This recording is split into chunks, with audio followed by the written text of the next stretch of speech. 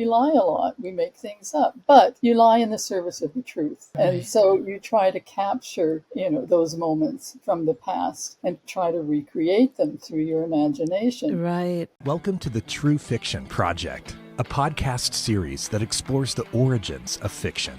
Every week, we begin with an interview, nonfiction, followed by a creative piece, fiction, inspired by something from the interview. The idea is to demonstrate, of course, that fiction is born out of our life experiences. Now, here's your host, storyteller, author, public speaker, health and wellness expert, Reenita Hora. Welcome to the True Fiction Project. I'm your host, Reenita Hora. And I love to include writers from diverse backgrounds on this particular podcast, whether that's fiction, nonfiction, poetry, songwriters. And today we have such a person. Her name is Lily MacKenzie. She has published poetry, essays, short stories in over 170 venues. What does she mean by that? We have to ask her. Hi, Lily.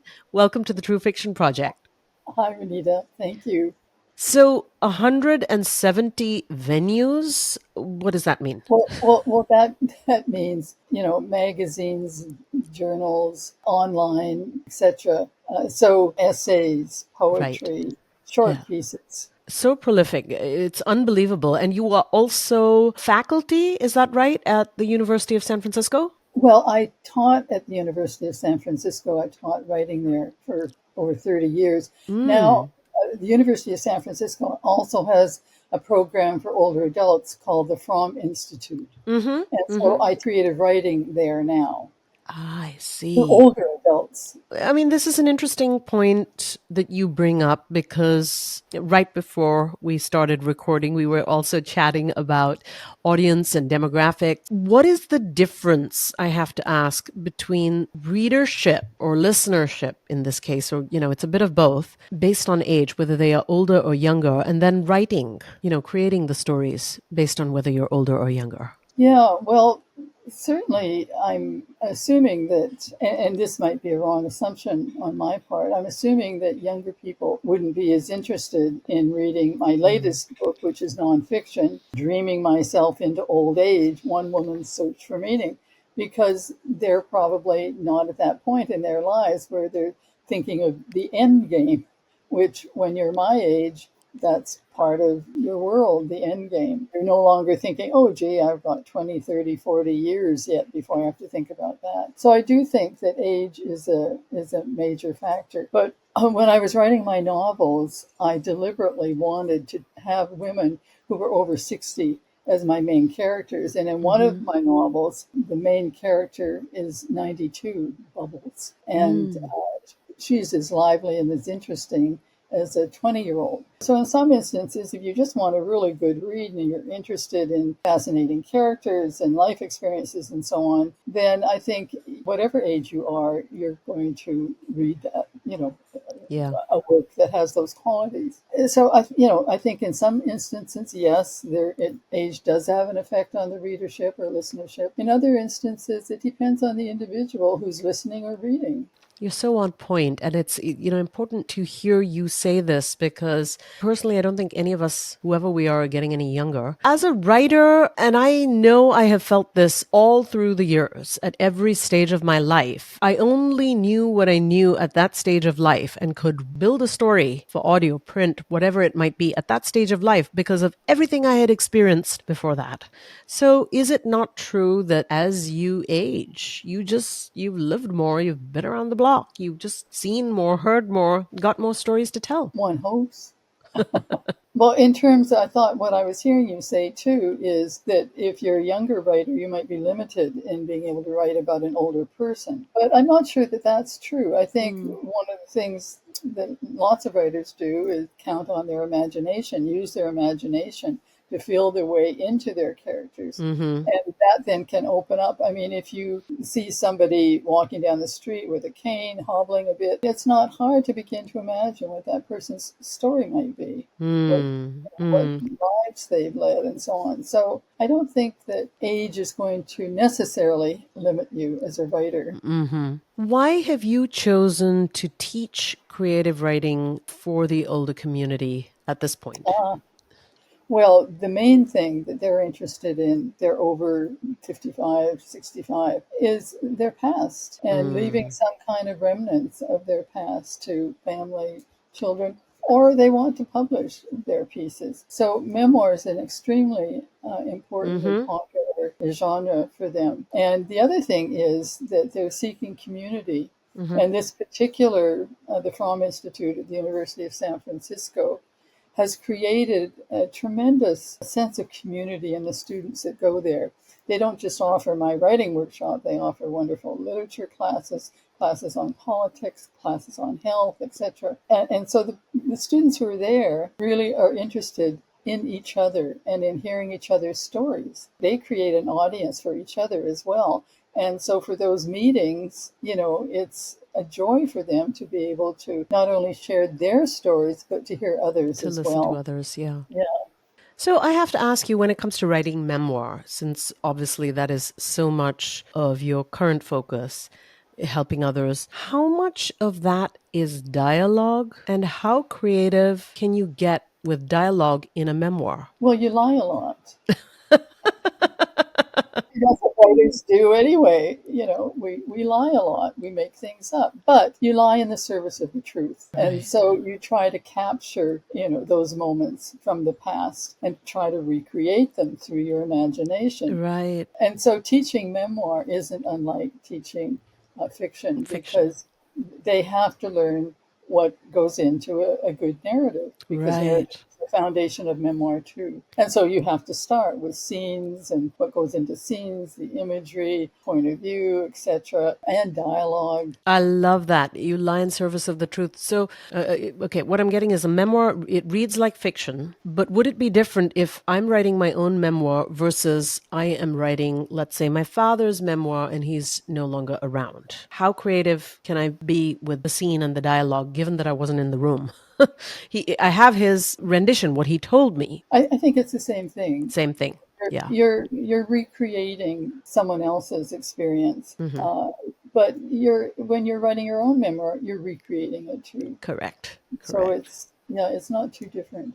In recreating your memoir or in writing a memoir, yours or someone else's, albeit it reads like fiction, do you need to follow that same story format? The beginning, middle, end, the plot, the build up, the rising tension, the hero's journey, the what happened. No, she says no, she's nodding. Shaking her head, I should say. It's unfortunate if we get stuck into those limited Mm-hmm. ideas of how a narrative unfolds, but there's lots of different things that you can do. I'm trying to think of this writer's name who has published memoirs that are just fragments Mm-hmm. from her life, and they don't necessarily follow a chronological path either. And it makes it really interesting because you get this fragment from, say, when she's a 20-year-old, and then it gets slammed up against, maybe her at 60. So those pieces begin talking to each other or clashing with each other. So there's so many. I mean, again, you have to let your imaginations flow and lead you. But there's Mm-hmm. so many Mm-hmm. different ways to create a narrative structure. And all of the thing with the narrative arc, and that's all fine in a traditional piece, but there are other ways to go too. Mm. So here is a bit of an outlandish question. What is written as memoir today, in the years to come, in the many decades later, do you think that it would still be classified as memoir, or could it actually become historical fiction? Is that even a reasonable question? Well, is there a difference? Is there I I mean, like it. Yes, I want to know the yeah, answer. yeah. I mean, but is there historical fiction is recreating, a period in time from the past, and when you're writing memoir, it merges, don't you think? Yeah, I think so. I have just written a historical fiction book, which is the history part is true, but the characters are fictional. So I made those up. But then I'm also writing my father's memoirs, which is all true. But it's his point of view. His brother or sister or mother or father or son or whoever, a friend, might have seen things a little bit differently and might have narrated the story a little differently. Sure, It's interesting because, as I say, I wasn't in the room. Who knows? I know, and nobody knows, and even the person who was in the room doesn't know exactly Yeah, because our memories they shift, they shift. Yeah, yeah, you have and selective memory. Very, very interesting.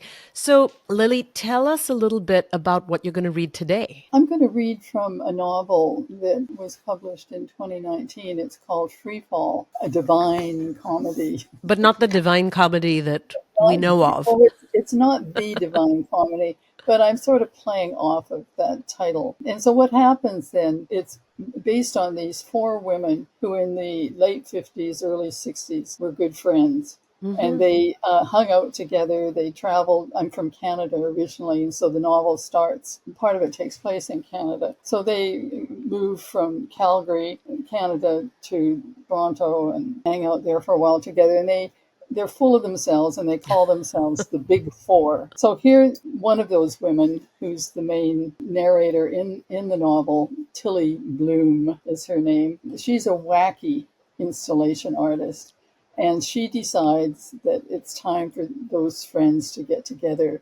They're approaching their 60th birthdays, and they haven't seen each other in years. And so they set up a reunion in Whistler, British Columbia. And one of the women has a home in Whistler, a second home. And so they all meet there for this reunion. And during this intimate experience that they have together, they decide that they should go to Venice and celebrate their approaching 60th birthdays together, as well as the millennium. So that's when entering into 2000. And so Venice then becomes about 2/3 of the novel takes place in Venice. And so during that time, secrets surface, their stories bind them closer together. So it sounds a bit like The Book Club, the movie with Jane Fonda and all of that. I didn't see that. I think I need to see that. Yeah, just the premise of it, because that's also four women, and they get together, they have these reunions. It just sounds fascinating because it sounds like, me heading towards my 60th, reuniting with my crew. So I'd love to read it. It's funny, but it's also very serious. There's, it's a mix of things. And what was the inspiration behind this? Was this you and your friends, or? Well, the inspiration was that there are some seeds in my own background. My husband and I had a visit with one of these women in her place in Whistler. And while I was there, I thought, oh my God, I've got to write about, these women and this world that we lived in. And so that started me off on it. Fantastic. Okay, so before we segue into the reading, Lily, let us know where our listeners and our readers and our viewers can find your work online, offline. It's always helpful to a writer and to a publisher to buy a writer's book from the publisher. In this case, it's Penel, PEN-L Press. But it's also, of course, everything is available on Amazon. So you can find any of my books on Amazon, too. Penel actually published 3 of my novels. So. Okay, well, we'll make sure to have links to Penel and, of course, to your Amazon pages in the show notes. And Lily, thank you so much for joining us on the True Fiction Project today. Let's segue straight into your reading. Okay, and so I'm reading right from the first of the book, where you'll meet Tilly, the main character, the point of view character in the novel. And it's entitled Tilly Deconstructs Her Fears. And now to the premise of the True Fiction Project, which of course is to create fiction out of nonfiction. Tilly woke to another overcast morning in San Francisco, rattled by the dream image of her old friend Daddy wasting away in a jail cell.